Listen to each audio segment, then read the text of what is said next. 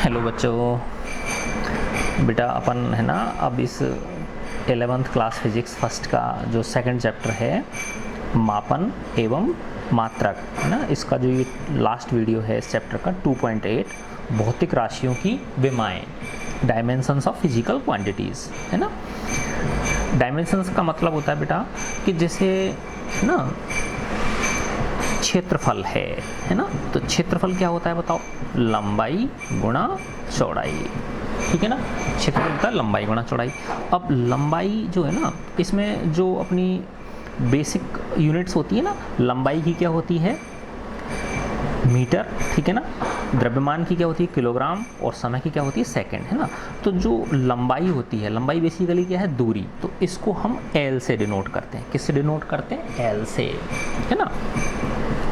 और द्रव्यमान जो होता है उसको m से डिनोट करते हैं, मास, है ना। l हो गई लेंथ, द्रव्यमान हो गया मास, और समय को हम करते हैं t से, है ना।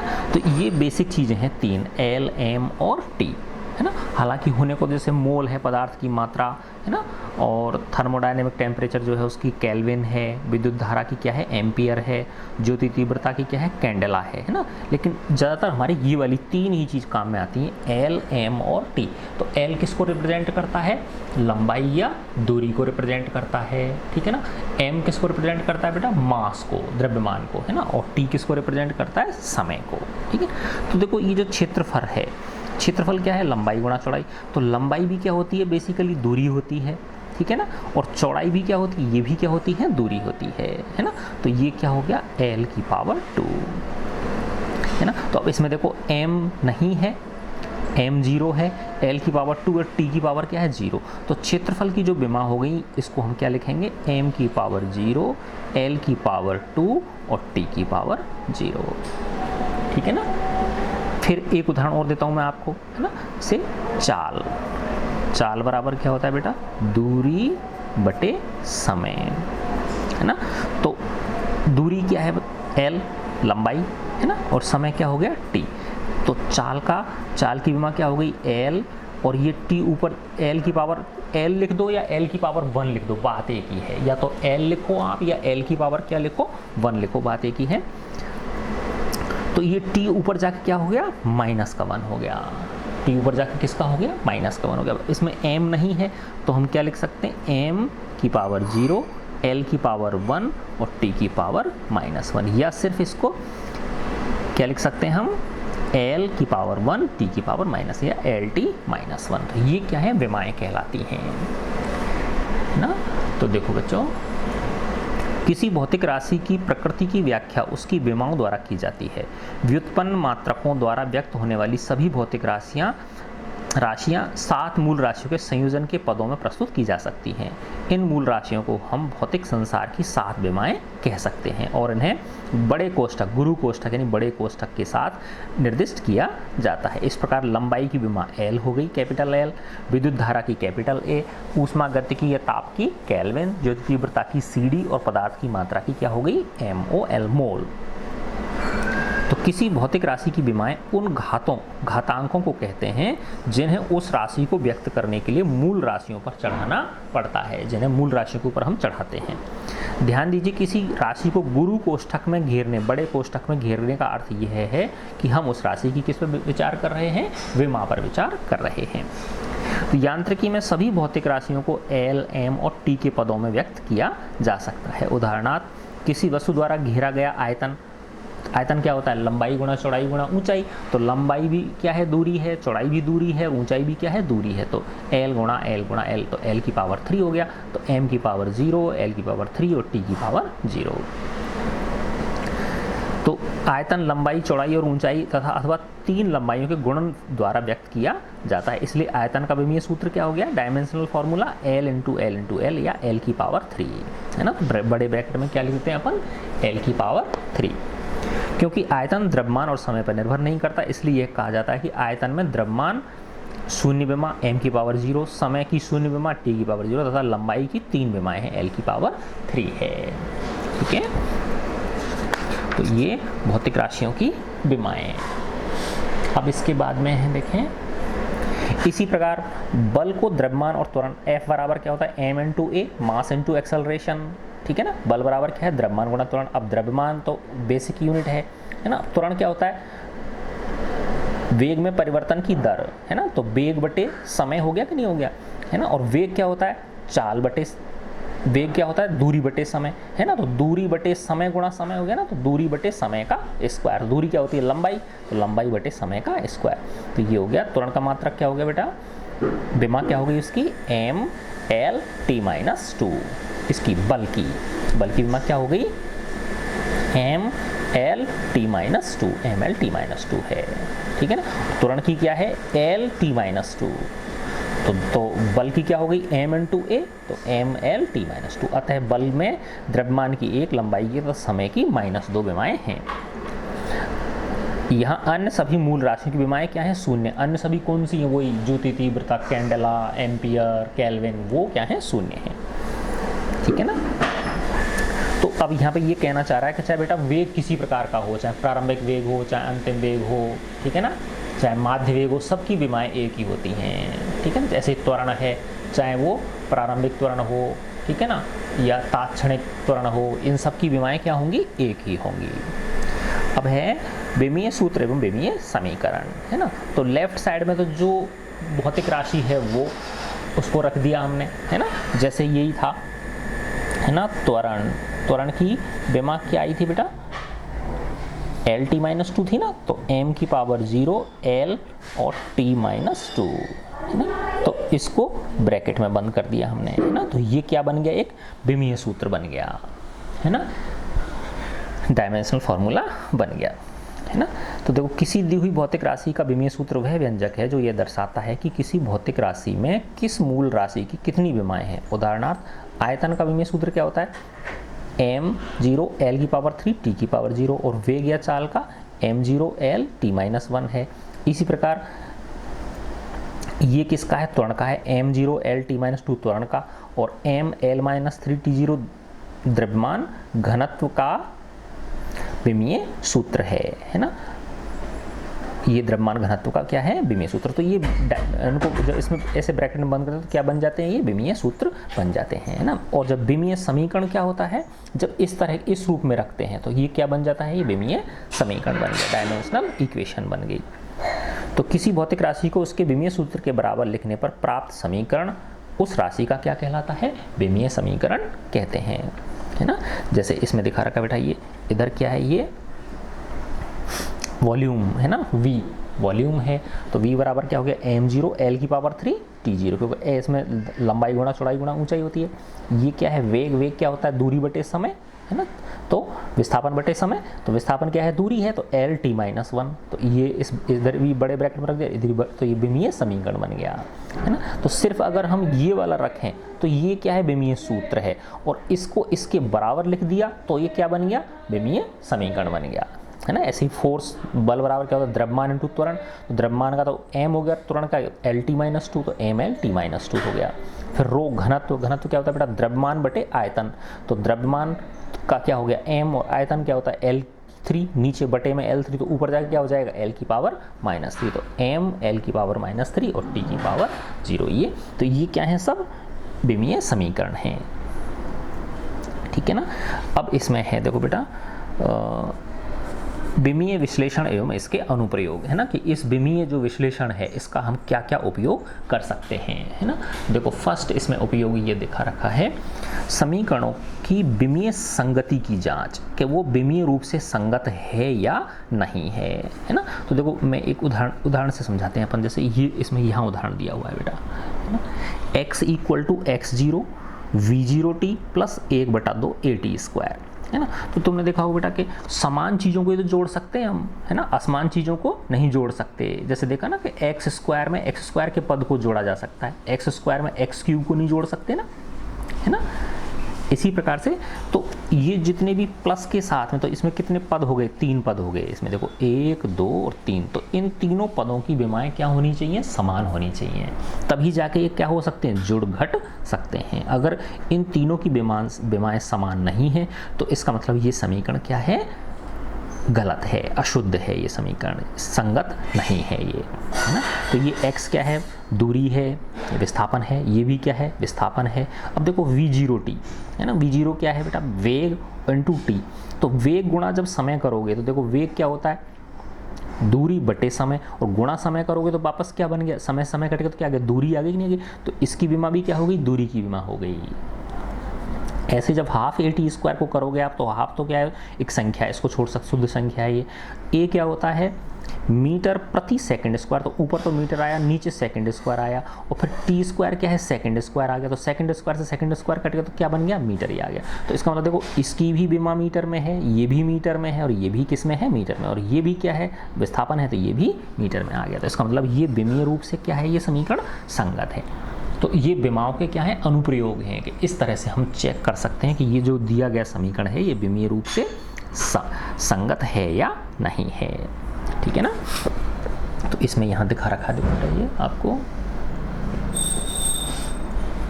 समीकरण की विमीय संगति की जांच है ना। तो भौतिक राशियों के परिमाण केवल तभी संकलित या घटाए जा सकते हैं, जोड़े जा सकते हैं, घटाए जा सकते हैं जब उनकी विमाएं क्या हो, समान हो। दूसरे शब्दों में हम केवल एक ही प्रकार की राशियों को जोड़ या घटा सकते हैं। अतः वेग को बल के साथ संकलित है ना, जोड़ा नहीं जा सकता, वेग बल को वेग के साथ नहीं जोड़ सकते। इसी प्रकार से ऊष्मागतिक ताप में विद्युत धारा को नहीं घटा सकते, तो सेम चीज होनी चाहिए ना। तो इस सरल सिद्धांत को विमाओं की समघातता का सिद्धांत कहते हैं, ठीक है ना, कि समान घात वाली विमाओं को ही जोड़ा जा सकता है, और इसकी सहायता से किसी समीकरण की संशुद्धि की जांच की जा सकती है कि वो सही है या शुद्ध है या गलत है। यदि किसी समीकरण के सभी पदों की विमाएं समान नहीं हैं तो वह समीकरण क्या होती है, गलत होती है, ठीक है ना। अतः यदि हम किसी पिंड की लंबाई दूरी के लिए व्यंजक व्युत्पन्न करें तो चाहे उसमें सम्मिलित प्रतीक कुछ भी हो, उनकी विमाओं को सरल करने पर अंत में प्रत्येक पद में लंबाई की विमा ही शेष रहनी चाहिए। इसमें देखा था ना अपन ने, इस वाले समीकरण में देखा था, है ना, लंबाई की विमा ही क्या रहनी चाहिए, शेष रहनी चाहिए।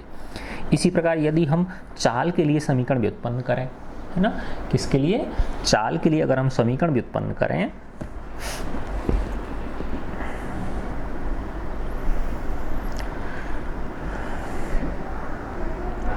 हाँ,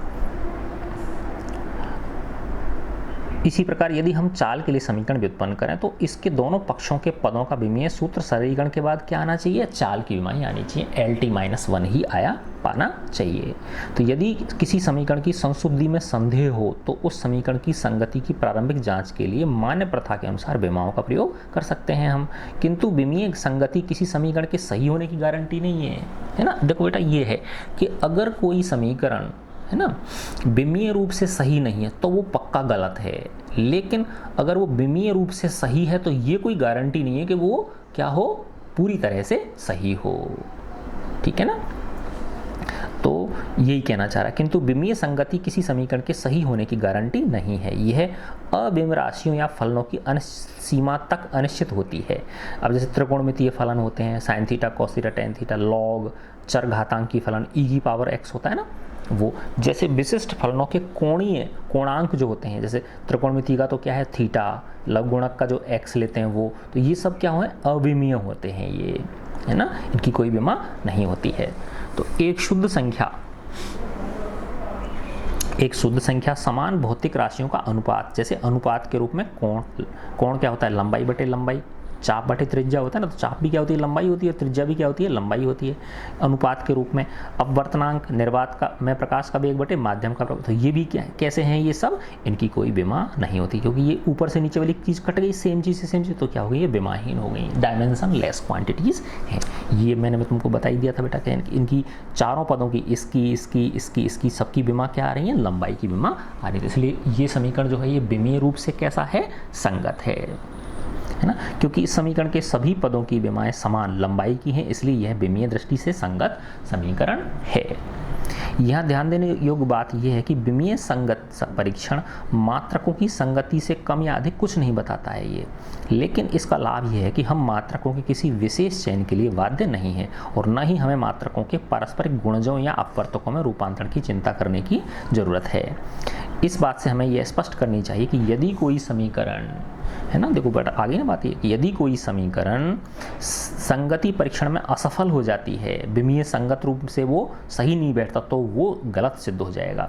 परंतु यदि वह परीक्षण में सफल हो जाती है तो ये इससे यह सिद्ध नहीं हो जाती कि इस प्रकार कोई विमीय रूप से सही समीकरण आवश्यक रूप से यथार्थ समीकरण है। तो अर्थात कोई जरूरी नहीं कि वो सही हो, जबकि विमीय रूप से गलत असंगत गलत ही होना चाहिए, है ना। तो कहने का मतलब क्या है बेटा कि अगर कोई समीकरण है ना विमीय रूप से गलत है ना, यानी सभी पदों की विमाएं समान नहीं आ रही हैं, उस समीकरण के अंदर जितने भी पद हैं उनकी विमाएं समान नहीं है, तो वो पक्का गलत है। लेकिन अगर उसके पदों की विमाएं सबकी समान आ रही हैं तो वो समीकरण पूरी तरह से सही हो, ये कोई ज़रूरी नहीं है। जैसे यही वाला था बेटा, है ना, x बराबर x0 plus v0t plus half T square. तो अगर इसमें हाफ नहीं भी होता, है ना, अगर इसमें हाफ नहीं भी होता तो भी देखो इस पद की, इस पद की, इस पद की और इस पद की विमा तो समान होती कि नहीं होती।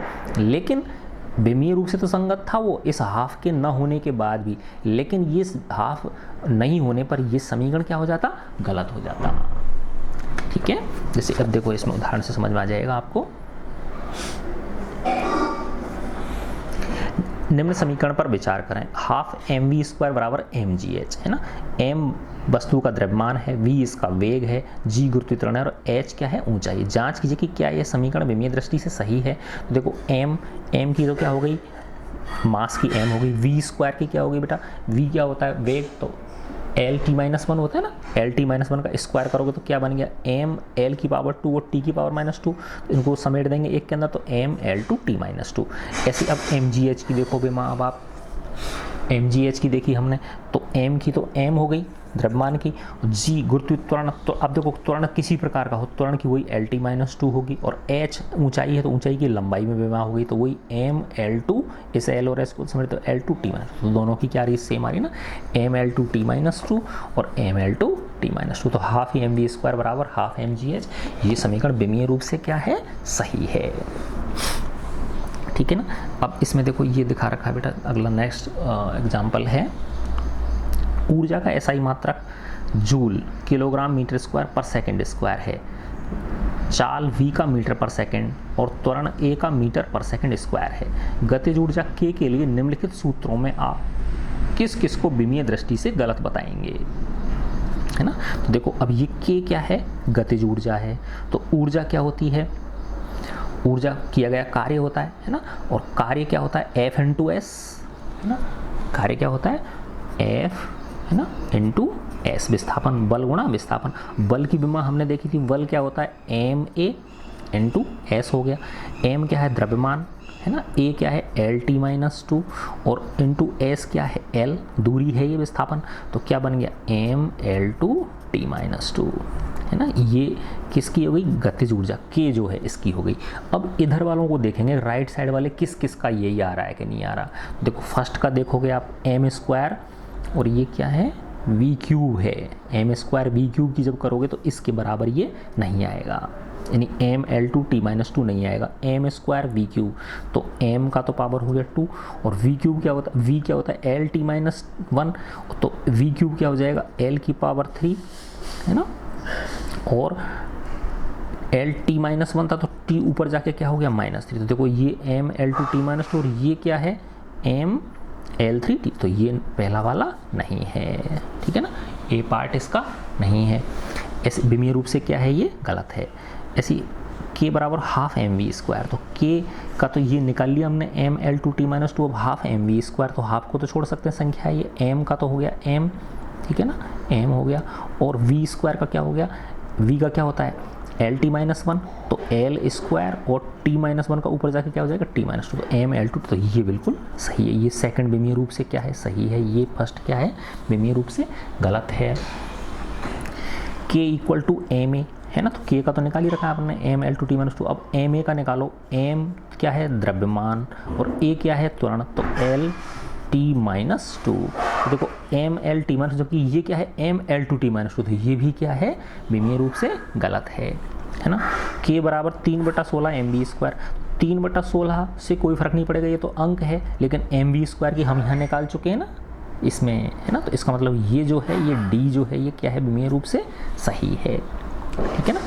ई को देखो आप, के की निकाल ही चुके हैं, ml2t - 2, तो ये हो गया बेटा हाफ mv², तो ये तो ठीक है mv², लेकिन ma की यहाँ निकाली ना अपन, ma की क्या हो रही, ml2 तो ये इसकी और इसकी समान नहीं है ना विमा, तो ये समीकरण क्या हो गया, विमीय रूप से गलत हो गया। तो इसमें सिर्फ जो है ना कौन कौन से गलत हो गए, ए, सी और ई, ए, सी और ई जो है ये क्या हो गए, विमीय रूप से गलत हो गए, ठीक है ना। अच्छा, अब देखो इसका और नेक्स्ट उपयोग, विमीय विधि का और क्या उपयोग है वो इसमें दिखा रखा है। विभिन्न भौतिक राशियों के मध्य संबंध व्युत्पन्न करना। अगर कोई विभिन्न भौतिक राशि दे रखी है, उनके बीच में अगर हमको संबंध ड्रॉ करना है कि क्या संबंध है उनके अंदर, है ना, तो ये हम इससे विमीय विधि से निकाल सकते हैं। जैसे कभी कभी विभिन्न भौतिक राशियों के बीच संबंध व्युत्पन्न करने के लिए विमाओं की विधि का उपयोग किया जा सकता है। इसके लिए हमें यह ज्ञात होना चाहिए कि वो जो भौतिक राशि है वो किन किन दूसरी भौतिक राशियों पर निर्भर करती है, और इसके लिए हम 3 चरों तक ही निकाल सकते हैं बेटा। कितने चरों तक निकाल सकते हैं, 3 चरों तक। यानी अगर कोई राशि मैक्सिमम 3 पे आधारित है तो उसके लिए हम विमीय समीकरण निकाल सकते हैं। तो इसके लिए हम दी गई राशि को निर्भर राशियों की विभिन्न घातों के गुणनफल के रूप में लिखते हैं। तो इस उदाहरण से आपको ये समझ में आ जाएगा, ठीक है। देखो बेटा इसमें समझा रखा है, ये कह रहा है एक सिंपल पेंडुलम पर विचार कीजिए जिसके गोलक को एक धागे से बांधकर लटकाया गया और जो गुरुत्व बल के अधीन दोलन कर रहा है। मान लीजिए इस लोलक का दोलन काल, इसकी लंबाई L पर, जो दोलन काल है ना T, कैपिटल T, वो किस पे डिपेंड कर रहा है, उसकी लंबाई पर, है ना, जिस धागे से लटका हुआ उसकी लंबाई L, गोलक के द्रव्यमान M और गुरुत्वीय त्वरण G पर निर्भर करता है ना। तो इसका मतलब ये जो इसका T है ना, इसका जो आवर्त काल है वो किस पर डिपेंड कर रहा है बेटा, ये एक तो लंबाई पे डिपेंड कर रहा है और दूसरा क्या दे रखा है इसने, उसके द्रव्यमान पर डिपेंड कर रहा है और एक गुरुत्वीय त्वरण पर डिपेंड, 3 राशियों पर ये डिपेंड कर रहा है। तो विमाओं की विधि का उपयोग करके इसके दोलन काल के लिए सूत्र डिराइव कीजिए, सूत्र निकाल के दिखाइए, है ना। देखो अब इसमें दिखा रखा है दोलन काल T की राशियों L, G, M पर निर्भरता को एक गुणनफल के रूप में इस प्रकार, देखो T बराबर K क्या है, एक स्थिरांक है, कांस्टेंट है, तो T बराबर हो गया K L की पावर x, जिन जिन पे ये डिपेंड कर रहा है उनकी पावर लगा लेंगे हम, तो L की पावर x, G की पावर y और M की पावर z, इन 3 पे डिपेंड कर रहा था ना ये। तो K एक विमाहीन स्थिरांक और x, y, z क्या है, ये घातांक है। तो दोनों ओर की राशियों के विमीय सूत्र लिख दिए हमने। तो T आवर्त काल, आवर्त क्या होता है, समय होता है, तो m0 L0 T की पावर 1 हो गई इसकी, तो लेफ्ट साइड की। तो के तो क्या है, स्थिरांक है, तो इसकी भी कोई विमा होगी नहीं। अब L है, लंबाई है, तो L की पावर 1 हो गई, तो L की पावर 1 की पावर क्या है, x है ना, क्योंकि ये दे रखा है ना L की पावर x। अब G की पावर y, G क्या होता है, गुरुत्वीय त्वरण, तो त्वरण कोई सा भी हो तो LT-2 होता है, तो LT-2 की पावर क्या लगा देंगे, y लगा देंगे, तो L1 T की पावर -2 की पावर y लगा दी, और M क्या है, द्रव्यमान है, तो M की पावर 1 की पावर z। तो जब इसको आप सरल करोगे तो देखो L की पावर x हो गई, 1 की पावर x क्या हो गई, L की पावर x हो गई, है ना, और यहाँ पे क्या है, L की पावर 1 की पावर y, तो L की पावर y, तो L की कुल मिला के क्या हो जाएंगे, L की पावर x प्लस y। जब इनको जोड़ दोगे ना आप, ऐसे देखो T की पावर, T अकेला है, T की पावर -2y हो गई, और M भी क्या है, अकेला है, तो M की पावर क्या हो गई, z हो गई। तो इधर की तरफ तो क्या है, L0 M0 T1, और इधर की तरफ क्या आ गया, L की power x plus Y, T की पावर -2y और m की पावर z। देखो इनकी फिर तुलना कर देंगे, देखो x प्लस वाई को किसके बराबर कर देंगे, 0, क्योंकि इधर l की पावर क्या है, x प्लस वाई, इधर l की पावर क्या है, 0, तो x प्लस वाई को 0 के बराबर कर दिया, -2y को 0 के बराबर कर दिया, क्योंकि इधर t की पावर है -2y और इधर t की क्या है 1, हाँ, तो -2y को किसके बराबर कर दिया, 1 के कर दिया, और m की पावर z और इधर क्या है m की पावर 0, तो z बराबर क्या हो गया 0। जब इनको समीकरणों को हल करोगे आप, है ना, तो देखो इससे मिल गया z बराबर 0 मिल ही गया, y बराबर -1/2 हो गया, और y का जब इसमें मान रखोगे तो इससे आपको x की वैल्यू मिल जाएगी, तो x बराबर 1/2, y बराबर -1/2 और z बराबर 0। तो इन वैल्यूज़ को अब आप यहाँ रख दो, जो समीकरण था ना आपका मूल समीकरण, तो t बराबर क्या हो गया k, है ना, L की पावर x, तो x कितना है 1/2, तो L की पावर 1/2 है ना, और जी की पावर क्या है y है ना, तो y क्या है -1/2, तो g की पावर -1/2 हो गई, और m की पावर z, तो z कितना है 0, तो m की पावर 0 का मतलब क्या हो गया 1, तो m हट जाएगा इसमें से है ना। तो ये किस पे डिपेंड कर रहा है, देखो बेटा t बराबर k l की पावर 1/2 और g की पावर -1/2 है ना। तो k l की पावर 1/2 और बटे g की पावर 1/2 नीचे लाओगे तो पॉजिटिव हो जाएगी, तो k √l/g, तो क्या लिख सकते हैं इसको हम, k √l/g है ना। लेकिन यहाँ पे देखो k का मान हमको नहीं पता चला है ना, तो ये इसके एक ड्रॉबैक है विमीय समीकरण का है ना। ध्यान दीजिए, यहाँ स्थिरांक k का मान विमीय विधि से ज्ञात नहीं किया जा सकता। यहाँ इसका कोई अर्थ नहीं है कि सूत्र के दक्षिण पक्ष की किसी संख्या से गुणा किया गया है, क्योंकि ऐसा करने से विमाएं प्रभावित नहीं होती हैं। तो वास्तव में k का मान कितना होता है 2π होता है। तो क्या बन जाता है समीकरण, t बराबर 2π √l/g। ठीक है, तो देखो बेटा ये आपका लेसन क्या हो गया, कंप्लीट हो गया। तो इससे जो पिछले वाला वीडियो था उसमें एक चीज़ रह गई थी अपने से, तो उसको अपन देख लेते हैं बेटा। यहाँ पे ये रहा, देखो है ना, अंक गणितीय परिकलनों में अंकगणितीय परिकलनों के परिणामों में अनिश्चितता निर्धारित करने के नियम के, उनमें जब आप कैलकुलेशन कर रहे हैं कोई है ना, अरिथमेटिक कैलकुलेशंस कर रहे हैं, तो उनमें अनिश्चितता को कैसे निर्धारित करते हैं। ठीक है, तो अंकीय संक्रियाओं में संख्याओं, मापित राशियों में अनिश्चितता या त्रुटि निर्धारित करने संबंधी नियमों को निम्नलिखित उदाहरण से समझा जा सकता है ना। देखो बच्चों, फर्स्ट है बेटा, यदि किसी पतली आयताकार शीट की लंबाई और चौड़ाई किसी मीटर पैमाने पर नापने पर, तो लंबाई तो आ रही है 16.2 सेंटीमीटर और चौड़ाई कितनी आ रही है उसकी 10.1 सेंटीमीटर है, तो यहाँ प्रत्येक माप में 3 सार्थक अंक हैं, तो इसमें भी 3 सार्थक अंक और इसमें भी 3 सार्थक अंक है। इसका अर्थ यह है कि लंबाई को हम इस प्रकार लिख सकते हैं है ना। तो L बराबर क्या हो गया 16.2, और ये इसकी अनसर्टेन डिजिट है ना, तो ये या तो 1 हो सकती है या 3 हो सकती है, तो ±0.1 सेंटीमीटर लिख लिया हमने इसको। ठीक है, अब इसको जब परसेंटेज में चेंज करेंगे तो 0.1 बटे 16.2 गुणा 100 जब करोगे आप है ना, तो क्या मिल जाएगा 0.6% मिल जाएगा है ना। तो इसको क्या लिख सकते हैं 16.2 सेंटीमीटर ±0.6% है ना। तो 0.1 सेंटीमीटर को किस में चेंज कर लिया हमने, परसेंटेज में चेंज कर लिया है ना। इसी प्रकार चौड़ाई को है ना, चौड़ाई भी क्या है 10.1, इसमें भी 3 सिग्निफिकेंट डिजिट्स हैं है ना। तो 10.1, तो ये 1 जो है वो 0 भी हो सकता है 2 भी हो सकता है, तो +-1 की इसमें क्या है +-1 सेंटीमीटर का वेरिएशन है, तो इसको लिख सकते हैं 10.1 सेंटीमीटर ±0.1 सेंटीमीटर। जब इसको 0.1 को किसके रेफरेंस में 10.1 के में चेंज करो तो परसेंटेज अलग आएगा। देखो क्योंकि हालांकि देखो यहाँ भी 0.1 ही था और यहाँ भी 0.1 है, लेकिन ये 0.1 इस 16.2 के रेस्पेक्ट में कितना परसेंट हुआ 0.6%, और यहाँ पे जो ये 0.1 है इस 10.1 के रेफरेंस में कितना परसेंट हो गया 1% हो गया। क्योंकि इसको 1% कैसे निकला, 0.1 में किसका भाग दो 10.1 का भाग दो और उसको इसको गुणा कर दो 100 से, तो क्या आ जाएगा 1% आ जाएगा। ठीक है, अब त्रुटि संयोजन के नियम का उपयोग करने पर 2 या अधिक प्रायोगिक मापों के गुणनफल की त्रुटि जो होती है, तो उसमें त्रुटि में क्या करते, त्रुटि जुड़ जाती नहीं जुड़ जाती है ना। तो क्या हो जाएगा बेटा उसमें वो त्रुटि जुड़ जाती है। ठीक है ना, तो जब इनको गुणा किया हमने, अब हमको क्या निकालना है, शीट की क्षेत्रफल निकालना है, तो लंबाई गुणा चौड़ाई हो जाएगा ना। तो एल बी बराबर कितना हो गया 16.2 को 10.1 से गुणा किया तो ये आ जाएगा 163.62 आ गया है ना। और त्रुटि क्या होती है जुड़ती है, तो जैसे ये और ये गुणा किए ऐसे ये गुणा नहीं होते, ये क्या होते हैं जुड़ते हैं। तो 0.6 में 1 जुड़ा तो क्या आ गया 1.6% आ गया है ना।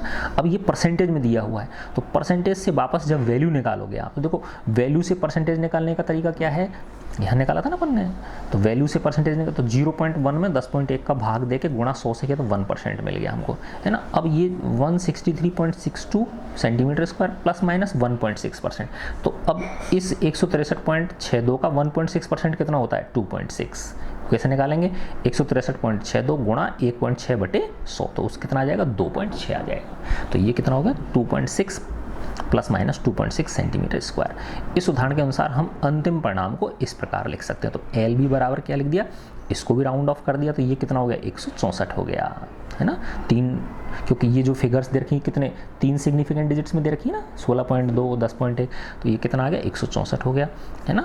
और ये भी कितने में है बेटा, देखो ये 0.1 है ना, पॉइंट कितना है 1 डिजिट है दशमलव की, और यहाँ पे कितनी आ रही दशमलव की 2 डिजिट आ रही, तो इसको भी दशमलव की 1 डिजिट में कन्वर्ट करेंगे, तो 2.6, तो 0.6 जो है 5 से ज़्यादा है, तो इसको क्या कर दिया 3 आ गया। तो ये इसका क्षेत्रफल ILB बराबर कितना आ गया 164 ± 3 सेंटीमीटर स्क्वायर। तो यहाँ 3 सेंटीमीटर स्क्वायर आयताकार शीट के क्षेत्रफल के आकलन में की गई त्रुटि अथवा अनिश्चितता है। ठीक है, दूसरा देखो बेटा, यदि किसी प्रायोगिक आंकड़े के समुच्चय में n सार्थक अंकों का उल्लेख है तो आंकड़ों के संयोजन से प्राप्त परिणाम में भी n सार्थक अंकों तक ही वो वैध होगा, है ना, जैसे इसमें दिखा रखा है। हाउएवर, यद्यपि आंकड़े घटाए जाते हैं तो सार्थक अंकों की संख्या कम की जा सकती है ना, तो सार्थक अंकों की संख्या क्या कर सकते हैं हम, कम कर सकते हैं। उदाहरणार्थ जैसे 12.9 ग्राम में से जब 7.06 ग्राम है ना, ये दोनों कितने सार्थक अंक तक हैं, 3 सार्थक अंक हैं इनके दोनों 3 सार्थक अंकों तक विनिर्दिष्ट हैं। ये दोनों 3 सार्थक अंकों तक क्या हैं, विनिर्दिष्ट हैं ये, परंतु 5.84 ग्राम के रूप में मूल्यांकित नहीं किया जा सकता है ना, बल्कि केवल 5.8 ग्राम लिखा जाएगा। क्यों लिखा जाएगा, देखो बेटा, जब 12.9 में से 7.06 घटाओगे तो आएगा आंसर कितना आएगा 5.84 आएगा, लेकिन इसको 5.84 इसलिए नहीं लिख सकते क्योंकि इसमें डेसिमल का कितना अंक है, मिनिमम 1 अंक है ना, इसमें 2 है इसमें 1 है, तो 1 अंक ही ले सकते हैं आंसर में हम, तो इसमें डेसिमल का कितना अंक ले सकते हैं 1, है ना, तो 1 अंक लेंगे तो इसका मतलब इस दूसरे अंक को हटाना पड़ेगा। अब ये 4 है तो 5 से कम है तो इसको छोड़ सकते हैं, तो क्या आ गया 5.8 लिखा जाएगा, है ना, यही कहना चाह रहा है ये, ठीक है ना। क्योंकि संकलन या व्यवकलन में जो अनिश्चितताएं एक भिन्न प्रकार से संयोजित होती हैं, संकलित या व्यवकलित की जाने वाली संख्याओं में दशमलव के बाद कम से कम अंकों वाली संख्या, ना कि कम से कम सार्थक अंकों वाली संख्या निर्णय का आधार होती है। तो दशमलव में जो हैं उनको देखते हैं हम, है ना, टोटल सार्थक अंक को इसमें कंसीडर नहीं करते हैं, ठीक है। फिर ये वाला देखो बेटा, किसी संख्या के मान में आपेक्षिक त्रुटि जो विनिर्दिष्ट सार्थक अंकों तक दी गई है वो न केवल n पर वरन दी गई संख्या पर भी निर्भर करती है ना। जैसे उदाहरण दिखा रखा है इसमें 1.02 ग्राम के मापन में यथार्थता 0.01 ग्राम है, जबकि दूसरी माप 9.89 ग्राम में भी 0.01 ग्राम तक ही यथार्थ है।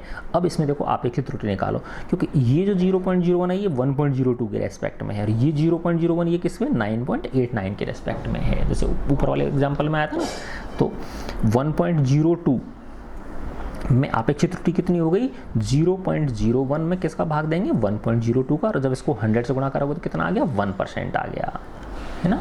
इसी प्रकार से जब इसमें करोगे आप 9.89 में 0.01 का देखोगे तो ये कितना आएगा। इसी प्रकार 9.89 में आपेक्षिक त्रुटि कितनी हो गई 0.01 बटे 9.89 इंटू 100, तो ये कितना आएगा 0.1% आएगा। तो देखो इसमें तो कितनी आ रही थी ये 1% आ रही थी और यहाँ पे कितनी आ रही है सिर्फ 0.1%। कारण क्या है, क्योंकि ये इसकी बेस वैल्यू क्या थी 1.02 थी, इसकी बेस वैल्यू क्या है 9.89 है, ठीक है। फिर इसमें देखो बेटा, अंत में याद रखिए बहुपदीय अभिकलन, जब बहुत सारी कई बार उसको कैलकुलेशन कर रहे हैं हम, उस समय बहुपदीय अभिकलन के मध्यवर्ती परिणाम को परिकलित करने में, है ना, बीच के परिणाम को परिकलित करने में प्रत्येक माप को अल्पतम परिशुद्ध माप से एक सार्थक अंक अधिक रखना चाहिए, है ना। अभी समझ में आ जाएगा देखो क्या कहना चाह रहा है ये। आंकड़ों के अनुसार इसे तर्कसंगत करने के बाद ही इनकी अंकीय संक्रियाएं करना चाहिए, अन्यथा पूर्णांकन की त्रुटियां उत्पन्न हो जाएंगी। उदाहरणार्थ, है ना, जैसे ये है बेटा 9.58 है, 9.58 के व्युत्क्रम का 3 सार्थक अंकों तक पूर्णांकन करने पर 0.104 आता है ना। यानी जब 9.58 का व्युत्क्रम करते हो, व्युत्क्रम का मतलब जब 1/9.58 करते हो तो इसमें 3 सार्थक अंक, अगर उसके भी 3 सार्थक अंक लोगे तो सिर्फ इतना ही आएगा, कितना आएगा 0.104 आएगा, है ना। इसका मतलब क्या है बेटा कि 9.58 का व्युत्क्रम जब हम करेंगे, है ना, तो क्योंकि 9.58 में 3 सार्थक अंक है तो उस व्युत्क्रम में आने को तो ज़्यादा अंक आएंगे, लेकिन अगर जब उसको 3 सार्थक अंकों तक ही करोगे आप तो फिर मान कितना आ गया, 0.104 आ गया, है ना। लेकिन जब 104 का वापस से आप व्युत्क्रम करोगे, है ना, तो बात एक ही ना कि जैसे ये बेटा 4 है तो 4 का व्युत्क्रम क्या होगा, 1/4 होगा कि नहीं होगा, और 1/4 का जब व्युत्क्रम करोगे वापस तो 4 ही आना चाहिए कि नहीं आना चाहिए, है ना। लेकिन यहाँ नहीं आता है ना। क्यों, क्योंकि 9.58 में कितने सार्थक अंक हैं, 3। जब 9.58 का व्युत्क्रम करते हैं और उसको 3 सार्थक अंकों तक लिमिट करते तो वैल्यू क्या आती है, 0.104 आती है। परंतु जब वापस आप 0.104 का व्युत्क्रम करते हो और उनको 3 सार्थक अंकों तक समेटते हो तो फिर मान कितना रह जाता है, 9.62, जबकि ये कितना था, 9.58 था। तो त्रुटि उत्पन्न हो गई कि नहीं हो गई, है ना। तो ये कहना चाह रहा है ये कि जब 9.58 का आप व्युत्क्रम करो, है ना, तो अंक आएंगे तो उसमें ये कह रहा है कि 3 सार्थक अंक के बजाय 4 सार्थक अंक तक कर लो, उसको 1 बढ़ा लो, है ना, ठीक है ना। तो देखो अब ये इसने यहाँ समझा रखा है, परंतु 0.104 का व्युत्क्रम करने पर 3 सार्थक अंकों तक प्राप्त मान कितना होता है, 9.62 होता है। पर यदि हमने 1/9.58 को अगर ये लिखा होता, 4 अंक तक ले लेते हम इसको, 0.1044 ले लेते, और जब हम 0.1044 का व्युत्क्रम करते तो वापस से हमको क्या मिल जाता, 9.58 ही मिल जाता, ठीक है ना। तो ये कह रहा, तो इंटरमीडिएट जो रिजल्ट्स हैं, है ना, उसमें क्या कर लेते हैं हम, एक एक्स्ट्रा सार्थक अंक ले लो जिससे कि हमारा अंत में क्या नहीं हो, गलती नहीं हो, ठीक है बच्चों। तो ये बेटा आपका सेकंड चैप्टर फिनिश हो गया, ठीक है। ऑल द बेस्ट बेटा, गॉड ब्लेस यू ऑल।